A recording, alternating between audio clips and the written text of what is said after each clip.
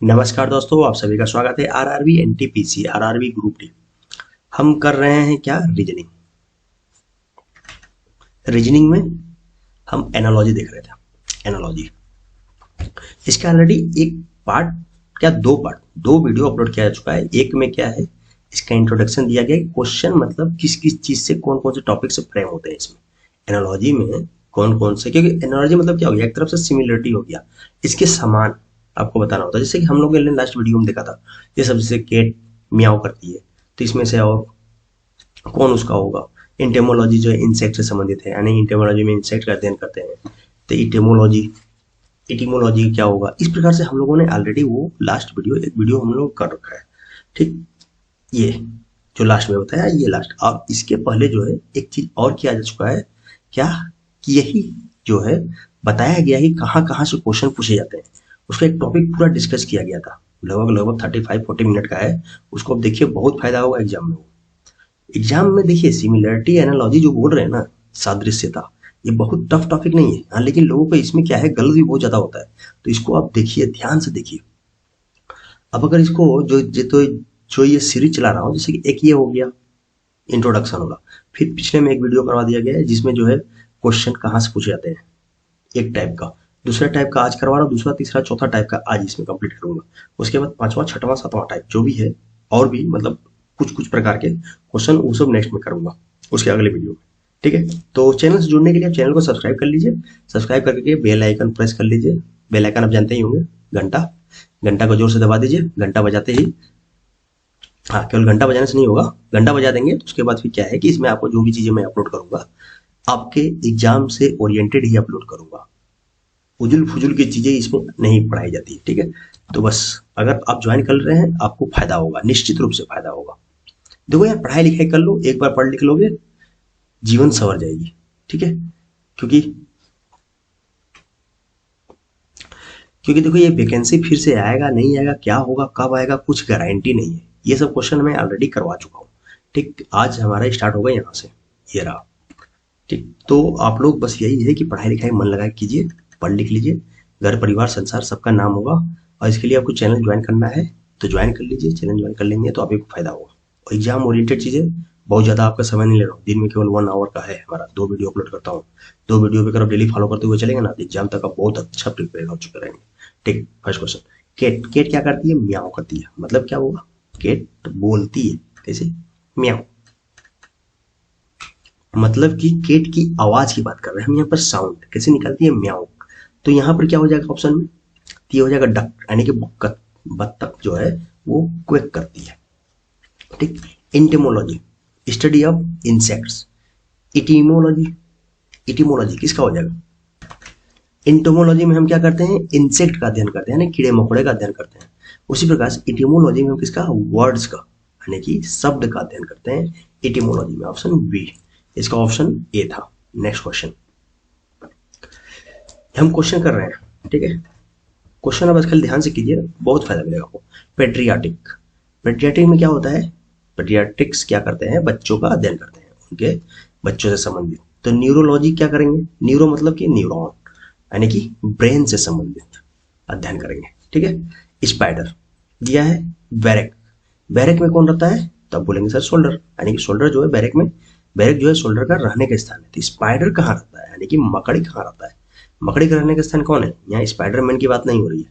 ठीक, तो मकड़ी कहाँ रहता है, वेब में, वेब बोले तो जाल। ठीक है, जाला में। नेक्स्ट, चार मीनार। अब देखिए, चार मीनार इंडिया में है। अब पैरामिड कहाँ पर है, चार मीनार जो है इंडिया का एक मतलब दार्शनिक स्थल है, लोग जाते हैं, पर्यटक स्थल है। ठीक, चार मीनार कहाँ पर है, चार मीनार है इजिप्ट में। इजिप्ट की पैरामिड आपने सुना होगा, पढ़े भी होंगे। अब देखिए, इंग्लिश में दिया हुआ है, लेकिन अभी मत बोलिए कि इंग्लिश हिंदी, क्योंकि जो क्वेश्चन यह है एग्जाम में आया वो इंग्लिश में ही आया है, इसमें हिंदी नहीं है कहीं। हिंदी में क्वेश्चन लिखा हुआ है, जैसे कि, अच्छा आप कहेंगे कि सर क्यों ऐसे ही दे दिए हैं, जो ये आपका सेंटेंस ऊपर का लिखा हुआ है, यही सभी में लिखा हुआ क्वेश्चन। ठीक है, ये आपका सभी के लिए कॉमन है। क्या है, उस विकल्प का चयन करें जिसका तीसरे पद के साथ वही संबंध है जो दूसरे पद का पहले पद से है। तो इस बात को आप ध्यान रखिए। चलिए आगे बढ़ते हैं। क्लोज ओपन, यानी कि आप किसी चीज को क्लोज क्लोज ओपन, ये दोनों जस्ट अपोजिट लग रहा है ना। खोलना बंद करना, बंद करना खोलना, कट करना, तो इसका क्या हो जाएगा? तो कट का अपोजिट आप क्या बोलिएगा? देखिए जेल जा हो गया, जेल हो गया, स्टिच हो गया, ये सब तो अलग चीज हो गया। लेकिन अटैच का बात करें तो अटैच कर रहे हैं, यानी कि दो चीजों को अटैच कर रहे हैं। आप कोहेसिव बोर्ड लगाओ, कोई भी फोर्स लगाओ, कोई दिक्कत नहीं, अटैच कर रहे हैं यानी कि दोनों को जोड़ रहे हैं एक तरफ से। कट कर रहे हैं यानी अलग कर रहे हैं, तोड़ रहे हैं, कट कर रहे हैं।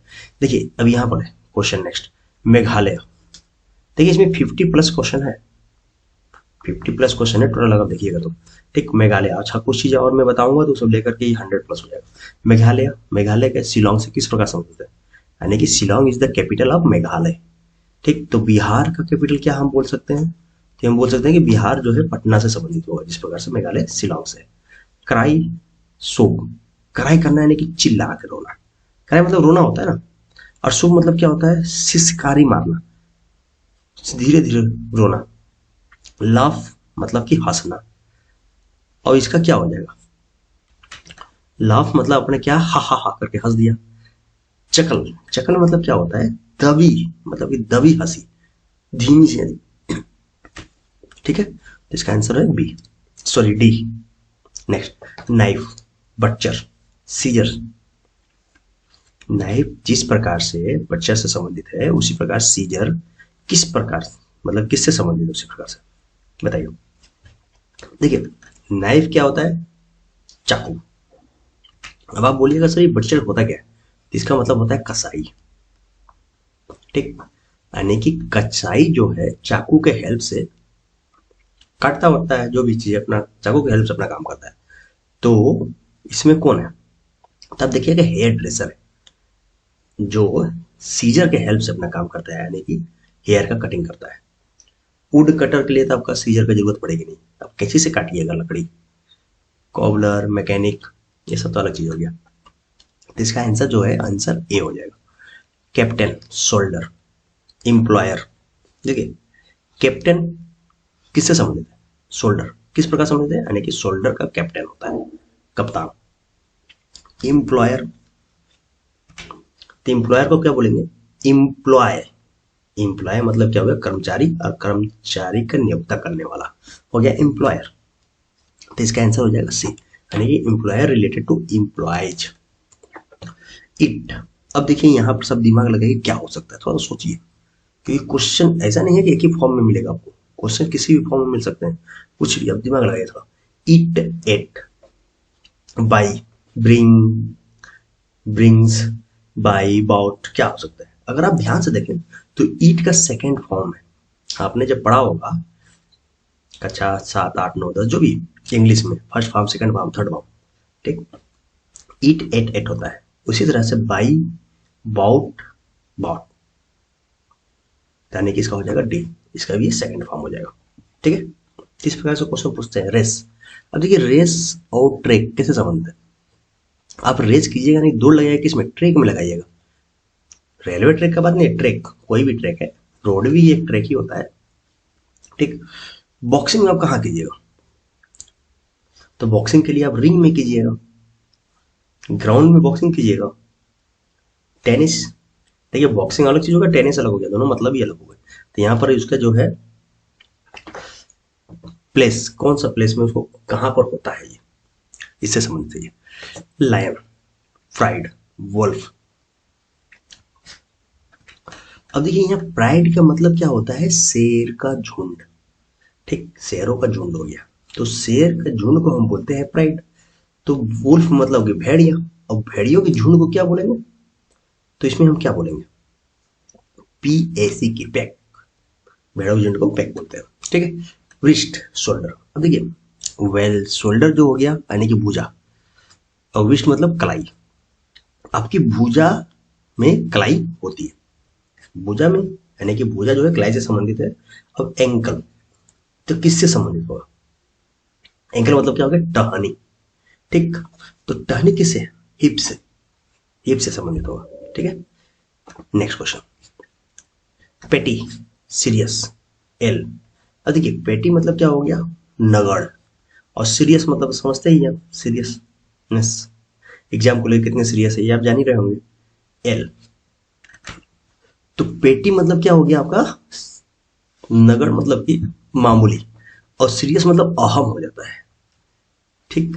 उसी प्रकार से एल, एल मतलब क्या हो गया, चीखना।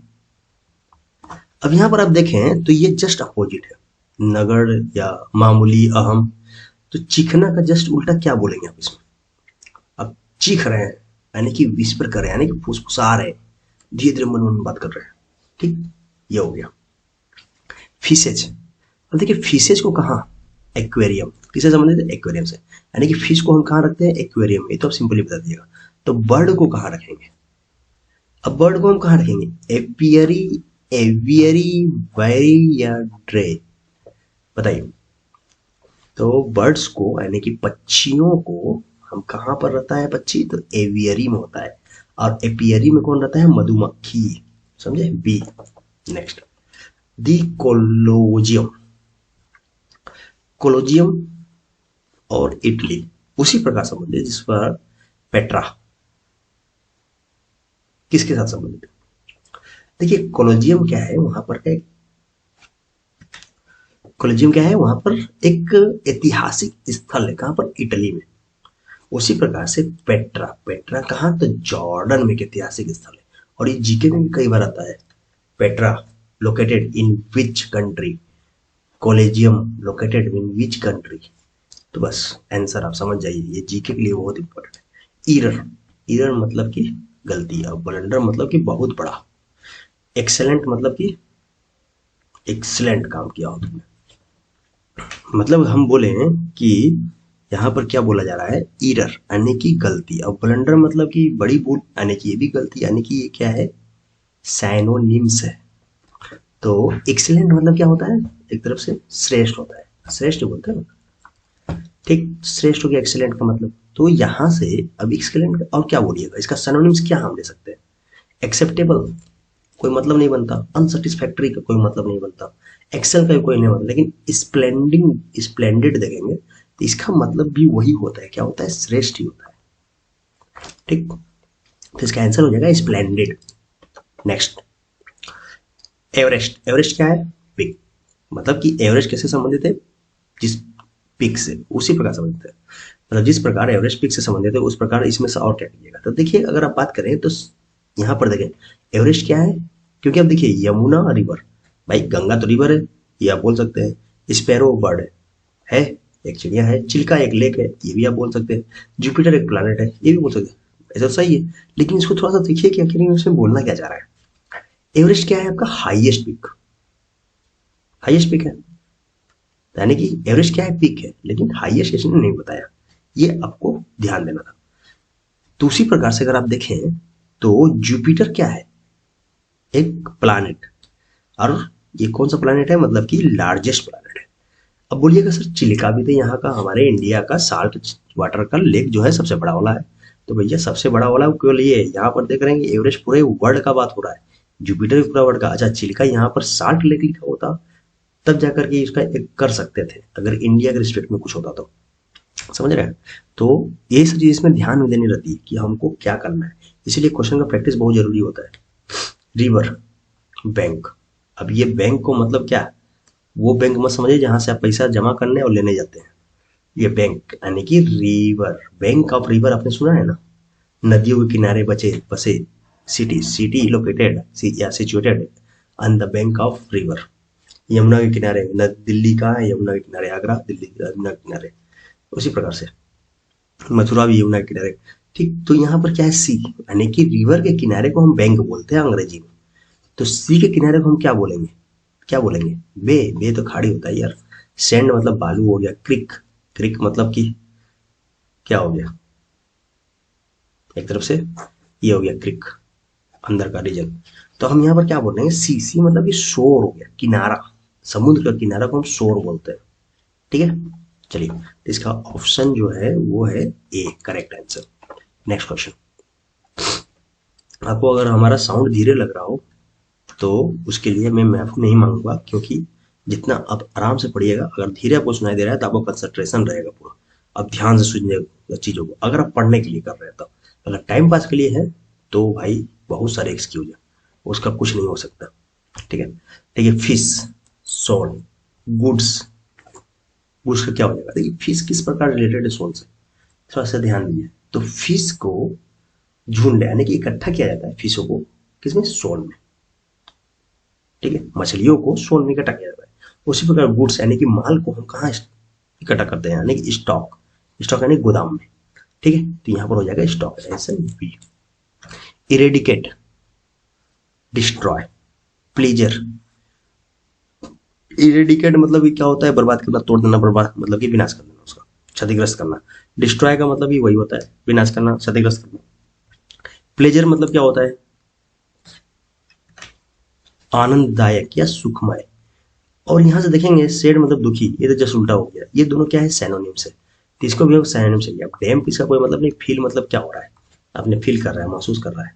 ठीक, लेकिन डिलाइट का बात करें तो ये भी आनंदमय है, यानी कि सुखद है, आनंदमय। तो ये हो जाएगा इसका सैनोनिम्स, किसका, प्लेजर का। नेक्स्ट, तो बो और एरो। वो मतलब क्या हो गया, धनुष, और एरो मतलब हो गया बाढ़ यानी कि तीर। ठीक, बुलेट। और अब बताइए, वो एरो से उसी प्रकार संबंधित, किस प्रकार संबंधित है, मतलब जिस प्रकार से संबंधित है धनुष बाढ़ से, बुलेट किससे संबंधित होगा, यानी कि बाढ़ धनुष में, बाढ़ जो है धनुष से चलाया जाता है। आपने देखा होगा तीर धनुष चलाते हैं ना, तीर को धनुष में लगा के चलाते हैं। ठीक, बचपन में बहुत चलाया होगा। तो बुलेट को आप किस में लगा के चलाइएगा, ट्रेन में, बुलेट ट्रेन। मार मत देना यार, है ना, तो एग्जामिनर तुमको इसका ऑप्शन को देखते ही तुमको सीधे बोलेगा भाई तुम तो आ जाओ चेयरमैन बन जाओ रेलवे को। फायर, देखिए बुलेट जो है गन्स में लगा के चलाया जाता है, बुलेट किसमें, गन में। ठीक है, अच्छा, शूट करने के काम आता है वो। अब यहां पर देखिए लेफ्ट राइट, लेफ्ट हो गया, राइट हो गया, ये क्या है, एक दूसरे के अपोजिट है। वर्टिकल, वर्टिकल का अपोजिट क्या होगा, वर्टिकल मतलब कि ये ऐसे हो गया, तो उसका हम बोलते हैं हॉरिजॉन्टल, ये हो गया, ये हॉरिजॉन्टल होता है, ये वर्टिकल। अच्छा, ये हॉरिजॉन्टल और वर्टिकल में बहुत लोगों को कंफ्यूजन होता है, तो आप एक बार ध्यान रख लीजिए। वर्टिकल मतलब कि दो लाइन ऊपर की जा रही है और आगे नीचे मिल जा रही है। ठीक, और हॉरिजॉन्टल मतलब कि सीधे खड़ा खड़ा और बीच में एक डंडा है। इसमें कहीं आपको डंडा दिख रहा है, नहीं दिख रहा है, लेकिन इसमें बीच में डंडा है, तो ये आपका हॉरिजॉन्टल का है सिंबल, एच। ठीक, हॉरिजॉन्टल ये हो गया। लोग कंफ्यूज होता है कि वर्टिकल ऊपर वाला होता है कि हॉरिजॉन्टल ऊपर वाला होता है। ठीक, एक्स एक्सिस वाई एक्सिस बोले तो ये हो गया वर्टिकल, ये हॉरिजॉन्टल, तो इसका जस्ट अपोजिट क्या हो जाएगा, हॉरिजॉन्टल। ये भी आप ध्यान में रखिएगा, इसमें बहुत लोगों को कंफ्यूजन होता है। वॉल, वॉल का संबंध ब्लॉक से है, किस प्रकार संबंध है, मतलब कि उसी प्रकार से विंडो का किससे संबंध होगा। तो अगर हम बात करें वॉल मतलब क्या है, दीवार। अगर आपको दीवार सामने मिल जाए तो क्या आप दीवार से जा सकते हैं, नहीं, यानी कि ये ब्लॉक है रास्ता इधर। ठीक है, इधर दीवार लगा हुआ है, दीवार ब्लॉक है।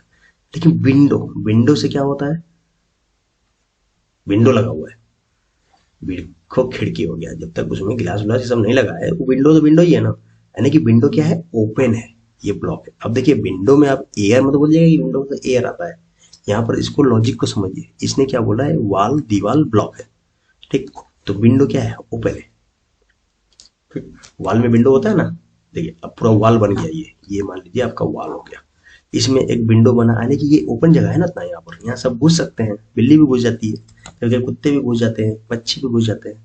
पहले गौरैया बहुत घुसती थी यार, लेकिन अब गौरैया दिख ही नहीं रही है, बहुत दुखद समाचार है। हैंड, 20 मार्च को होता है गौरैया दिवस, ध्यान में रखिएगा, एग्जाम में अक्सर पूछ लेता है, कोई भी एग्जाम में, केवल एनटीपीसी नहीं, कोई भी एग्जाम। Hand, glove, head. अब देखिए हम ग्लव पहनते हैं कहाँ पर, हैंड में, किस लिए, हाथ को बचाने के लिए। ग्लव यानी कि ग्लव को हम पहन लिए, दस्ताना को हाथ में पहने। तो हेड में हम क्या पहनेंगे, ऑयल लगाइएगा भाई, बाल में लगा सकते हैं, जेल भी लगाइएगा, शैम्पू लगाइएगा, नहाने की बात नहीं हो रही है यहाँ पर हमको क्या हो रहा है, शावर कैप हम लगाएंगे।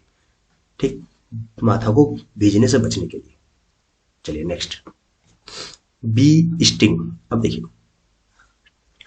बी का स्टिंग से संबंध है। क्या संबंध है? तो बी जो मारती है, डंक आपको मारती है, वो स्टिंग करती है, ठीक है। स्नेक क्या करता है? उसी प्रकार से स्नेक क्या करेगा? खा जाएगा। स्नेक खाएगा नहीं भाई, बाइट, स्नेक बाइट करेगा, ठीक। सांप, ये हो गया। चलो इसे थोड़ा बड़ा वाला सांप बना, ये ठीक, ठीक है। ये क्या करता है? डंक मारता है। मधुमक्खी डंक मारती, इसने क्या किया? बाइट किया, डस दिया। तो हिस जो होता है ना, वो स्नेक का साउंड होता है, हिस, ठीक। तो ये भी पूछ लेता है, तो आपको क्वेश्चन के अकॉर्डिंग समझ के आंसर देना है। हार्ट, हार्ट कार्डियोलॉजिस्ट, देखिए इसका कार्ड निकाल दीजिए, ये हो गया रूट वर्ड किसका? हार्ट का, यानी कि हृदय, दिल, जिसे आप दिल बोलते हैं। धड़क रहा है? धड़क रहा है तो अच्छी बात है, धड़कना चाहिए। अगर नहीं धड़क रहा है तो फिर बहुत गड़बड़ है। गड़बड़ नहीं, बहुत गड़बड़ है। किसी को बोलना मत कि बिना मेरा दिल धड़के ही मैं अभी तक जिंदा हूं। लोग ले जाएंगे म्यूजियम में उठा करके, समझे? दिल धड़कता है यार, वो अलग बात है कि फीलिंग वाली धड़कन जो होती है बाद में होती है, लोगों को कभी कभी होती है, वो अलग चीज है।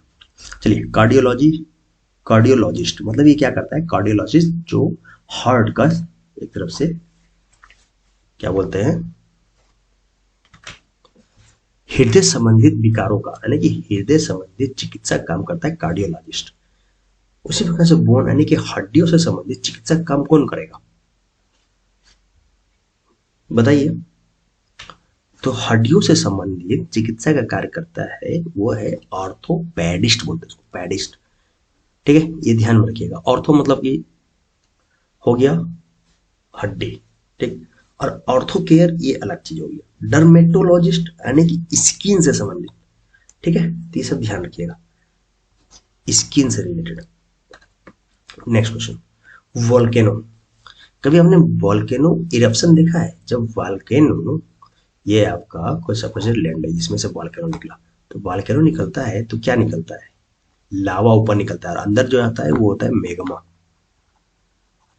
ये है आपका इग्नियस, और ये जो निकलता है वो अग्निय चट्टान होता है। चट्टान तीन प्रकार होते हैं ना, इग्नियस, उसके बाद सेडिमेंट्री, उसके बाद मेटामॉर्फिक।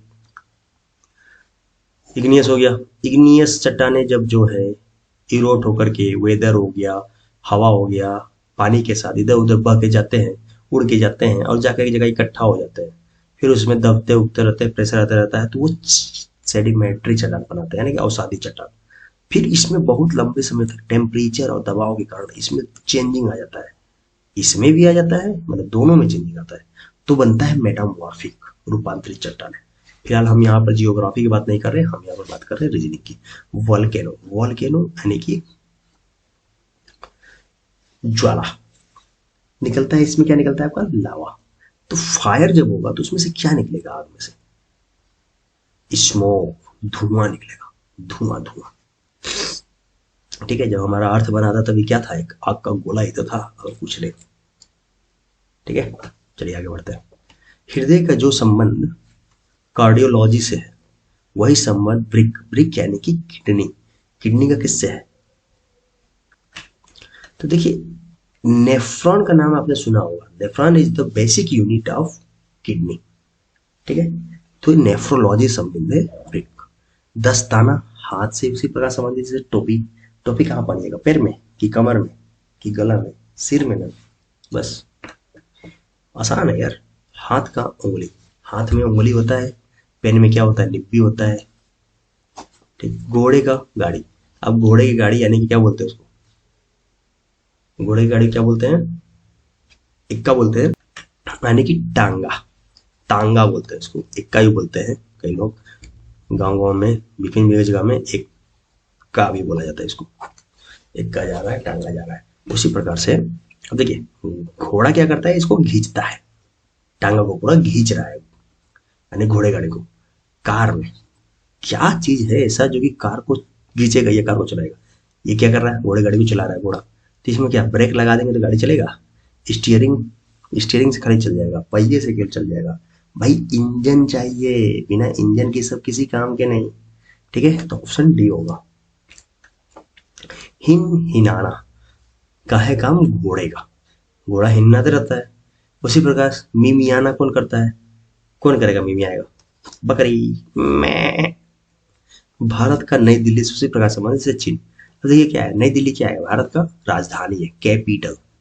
उसी प्रकार चाइना का कैपिटल हम क्या बोलेंगे, ये रहा इधर ऑप्शन सी, बीजिंग। बहुत लंबा दूर हो गया यार कैपिटल।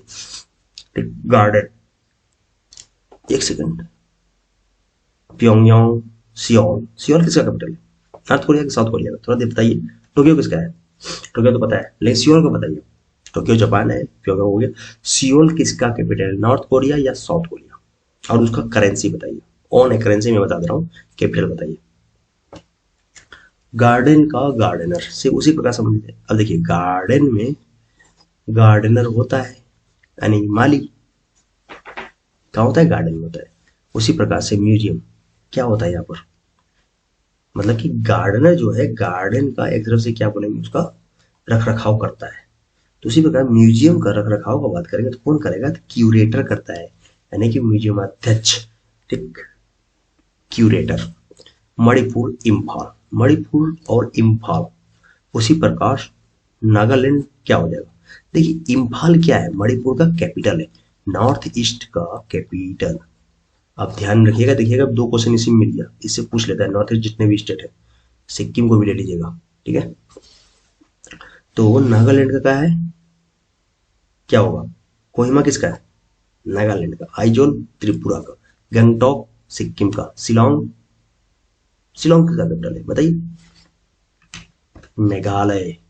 क्या कंफ्यूजन है यार, क्रिकेट का बल्ले से वही संबंध है जो टेनिस का। देखिए क्रिकेट हम खेलते हैं किससे, बल्ले से, डंडा से तो क्रिकेट खेलेंगे नहीं, डंडा से तो गुल्ली डंडा होता है दोस्त, ठीक, बल्ले से हम क्रिकेट खेलते हैं। टेनिस का, टेनिस किससे खेलते हैं, का किससे, तो टेनिस रॉकेट से हम टेनिस खेलते हैं, रॉकेट, समझ गए ना, बस समझदार हो। आय का निम्नलिखित में से किस विकल्प के साथ वही संबंध है जो व्यय का ईएमआई से संबंधित है। अच्छा देखिएगा, आप इसमें बोलिएगा तो व्यय मतलब ईएमआई में, अगर आप ईएमआई भर रहे हैं तो आप क्या हो रहा है, आपका एक तरफ से एक्सपेंडिचर ही है, ठीक, एक्सपेंडिचर हो रहा है। आय आपको किससे मिलेगा, पैसा, ये आपका पैसा जा रहा है, आएगा कैसे, क्या आप टैक्स देंगे तो आपको पैसा मिलेगा, कहेंगे भाई नाम मत लो, राजस्व, रिवेन्यू, रिवेन्यू मतलब ये बहुत बड़ा वर्ड हो गया, एक तरफ से देखेंगे तो इसमें दोनों चीज आ जाएगा, आय और व्यय दोनों होता है रिवेन्यू में। लाभ, आपको फायदा होगा, आपने बोला कि हमको लाभ हुआ, लाभ हुआ तो पैसा मिला, हाँ मिलेगा, लेकिन कोई गारंटी नहीं है कितना, 50 पैसा का आपको लाभ हुआ 1000 रुपया लगा करके, तो आपको उतना आय तो नहीं आया ना। लेकिन अगर हम ये बात करें वेतन का, तो वेतन क्या है, आपको एक सैलरी मिलती है, एक ही बार मिलती है मंथली, ठीक, तो इसका हो जाएगा आय का उल्टा, जस्ट मतलब आय का संबंध वेतन से और व्यय का ईएमआई से। नेक्स्ट एक क्वेश्चन इसके बनाइए, नीचे दिए गए 4 विकल्पों में से विकल्प का चयन करें जो दक्षिण अफ्रीका शब्द से उसी तरह संबंधित है जिस तरह पर्शियन शब्द ईरान से संबंधित है। अब देखिए पर्शियन से आप कुछ ध्यान में दीजिएगा, अगर आप कंट्री, कैपिटल और वहां का लैंग्वेज और वहां की करेंसी देखे होंगे तो पता होगा कि पर्शियन जो है, अब देखिए लैंग्वेज मतलब कि पूरे कंट्री के लेके मत बढ़ जाइए, 200 वर्ड कंट्री होगा, ठीक है। पर्शियन क्या है, लैंग्वेज है ईरान का। उसी प्रकार दक्षिण अफ्रीका का अगर लैंग्वेज की बात करती है क्या है, अभी देखिए थोड़ा सा डिफिकल्ट क्वेश्चन हो जाता है, क्यों, क्योंकि आपको यार किसी भी इतना ज्यादा नहीं पता है, आपको पता चलेगा कि यार यूएसए का लैंग्वेज क्या है, इंग्लैंड का लैंग्वेज क्या है, चाइना का लैंग्वेज क्या है, बांग्लादेश का लैंग्वेज क्या है, पाकिस्तान का क्या है, अफगानिस्तान का क्या है, ये सब चीजें आप ध्यान दें। ऐसा थोड़ी ना कि पूरे कंट्री का, ये सब चीजें जो है रीजनिंग में इसे थोड़ा फंसा देता है। लेकिन आप अगर ऑप्शन देखें, यहाँ पर क्या है, पर्शियन, आपको पता चला कि हाँ पर्शियन यार गल्फ कंट्री सब है, सबका पर्शियन लैंग्वेज उधर चलता है, यानी कि आप ये बोल सकते हैं कि देश तो नहीं होगा इसका। और अफ्रीका, दक्षिण अफ्रीका मतलब पूरे अफ्रीका में एक वो पार्ट है, ये भी हम नहीं बोल सकते, ठीक। लेकिन पुर्तगाली, पुर्तगाली तब यूरोप में चले गए, यानी कि ये भी नहीं होगा, तो बस इसका आंसर, यानी कि ये सब क्वेश्चन क्या है, एलिमिनेशन के द्वारा सॉल्व किया जाता है, ठीक है। मतलब अगर आपको ना आते हुए भी आप बहुत कुछ कर सकते हैं एग्जाम में। धातु का इनमें से किस विकल्प से के साथ वही संबंध है जो आमलेट का अंडे। वाह वाह वाह वाह। संडे हो या मंडे, रोज का वनडे नहीं खाना चाहिए। आज का डेट वाला अंडा तो नहीं है खाना चाहिए यार, बहुत नुकसानदायक है।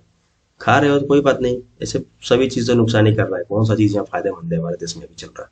हमारे देश का मतलब कि ये है कि जो भी चीजें सभी में यार केमिकल यूज है, तो किसी एक चीज को हम खराब नहीं बोल सकते। बात अब ये आ गई है, किसको हम सही बोले, बात ये है। अब सही किसको बोलिए, कोई चीज बताइए जो एकदम सही हो, जो मतलब कि हाँ आपके हिसाब से नहीं ये सही है, इसको हम यूज कर सकते हैं प्रॉपर।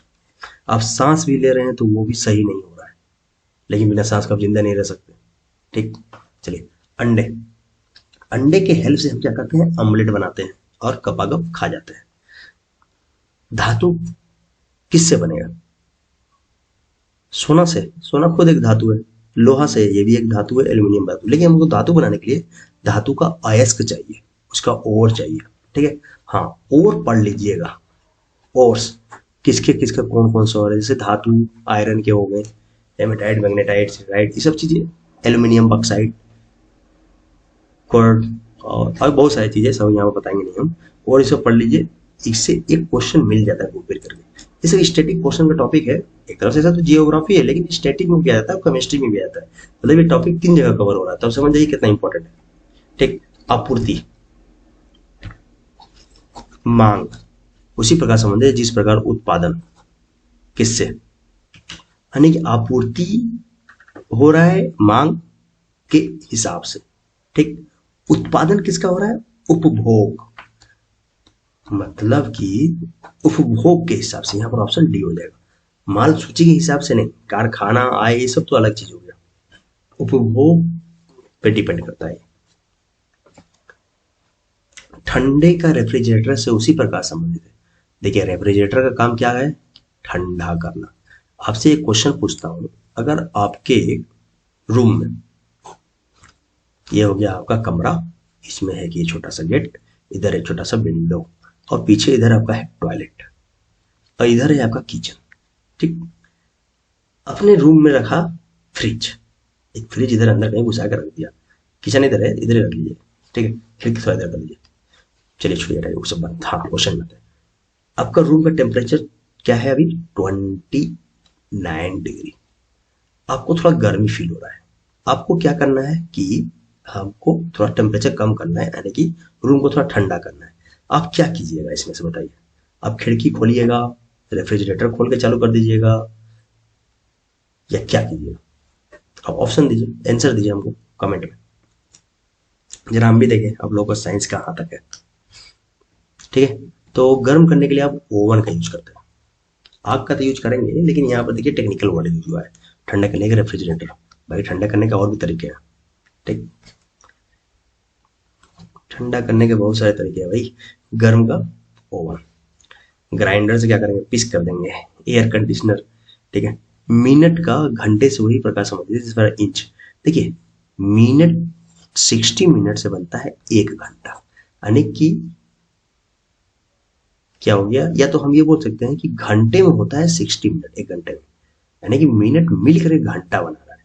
तो इंच मिलकर क्या बनाएगा, इंच मिलकर के मीटर बनाएगा कि फुट बनाएगा, मीटर नहीं बनाएगा। देखिए 3 सम फुट के बराबर होता है 1 मीटर, लेकिन आपका स्टैंडर्ड बोलिएगा तो क्या बोलिएगा कि 12 इंच इक्वल टू 1 फुट या 1 फीट बोलते हैं।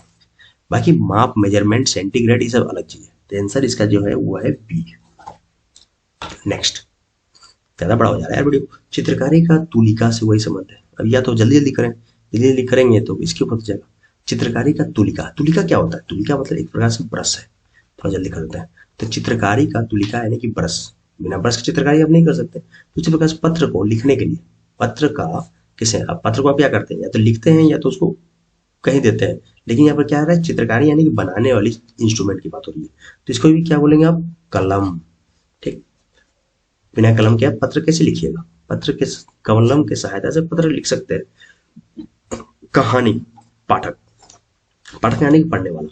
ठीक, यहाँ किसी बिरादरी की बात नहीं हो रही।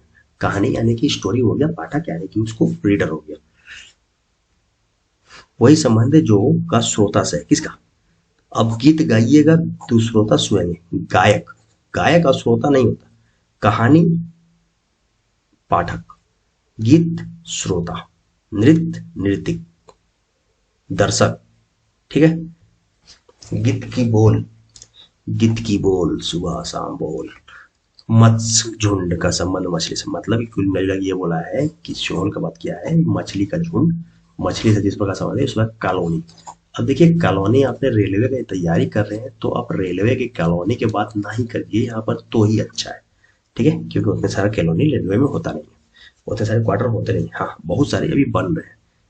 चलिए यहाँ पर हम बात कर रहे हैं, देखिए कॉलोनी जो है चींटियों के झुंड को बोलते हैं कॉलोनी, जहां पर बहुत सारी चींटियां रहते हैं उसको हम बोलते हैं कॉलोनी। शूज और स्लीपर, ये दोनों क्या है, इंसान की पहचान उसके जूते से होती है। ठीक, शूज और स्लीपर से उसी प्रकार संबंधित है जैसे कोट। अब देखिए शूज को भी आप पहनते हैं, स्लीपर को भी पहनते हैं, लेकिन कहाँ पहनते हैं, पैर में, सिर में तो पहनेंगे नहीं। ठीक, उसी प्रकार कोट, कोट को भी आप पहन रहे हैं, लेकिन जहां कोट को पहन रहे हैं वहां पर आप कमीज को पहन सकते हैं, मोजा को वहां नहीं पहन सकते। ठीक, पेन को वहां पर, पेन और टाई तो लगे हो गया ना, गला में लगा दो, पता चले कोई घींच दिया टाई पकड़ करके, बस काम खत्म।